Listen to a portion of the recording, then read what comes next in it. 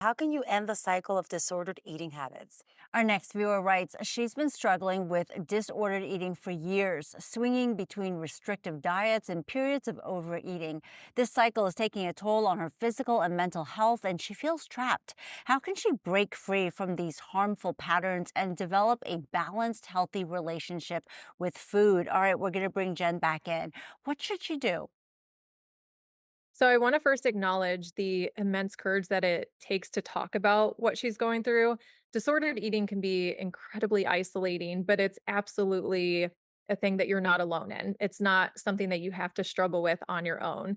The cycle of restrictive diets and overeating can be relentless, but there's definitely some ways that you can break through and have a balanced relationship with food. So, some steps that you can take along your journey are seeking professional help. This truly can be a foundation for a lot of people. A therapist, a registered dietitian who specializes in eating disorders can be a game changer. So they can provide a safe space for you to explore what's underneath, what's that underlining cause or the issue that's creating these eating disorder or these eating patterns.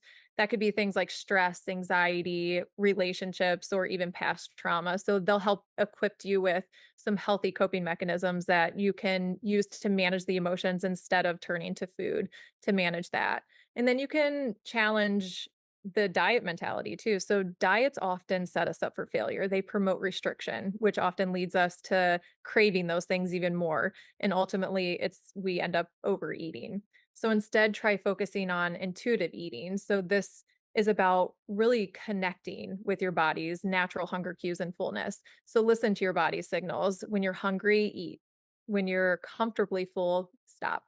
And then developing a regular eating schedule. So this helps regulate your blood sugar and it prevents extreme hunger that can trigger overeating. So aim for 3 balanced meals throughout the day and make sure you're including some yummy snacks in between if needed too.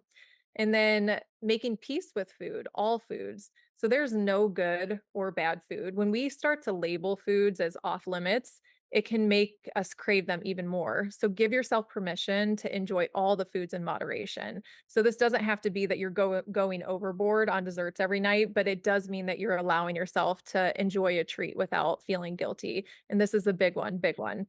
Practice self-compassion. So remember that your recovery is not linear. There will be some setbacks. There's going to be days where old patterns start to creep in. So don't beat yourself up.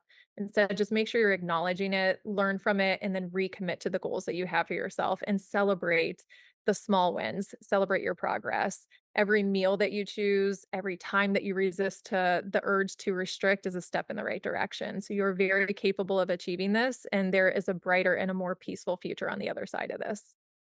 All right, treats are okay and progress, not perfection. Thank you so much, Jen. Thank you, Jen. Thank you. Coming up on MHTN, Dr. Woody Woodward on the latest health technology. Don't miss it.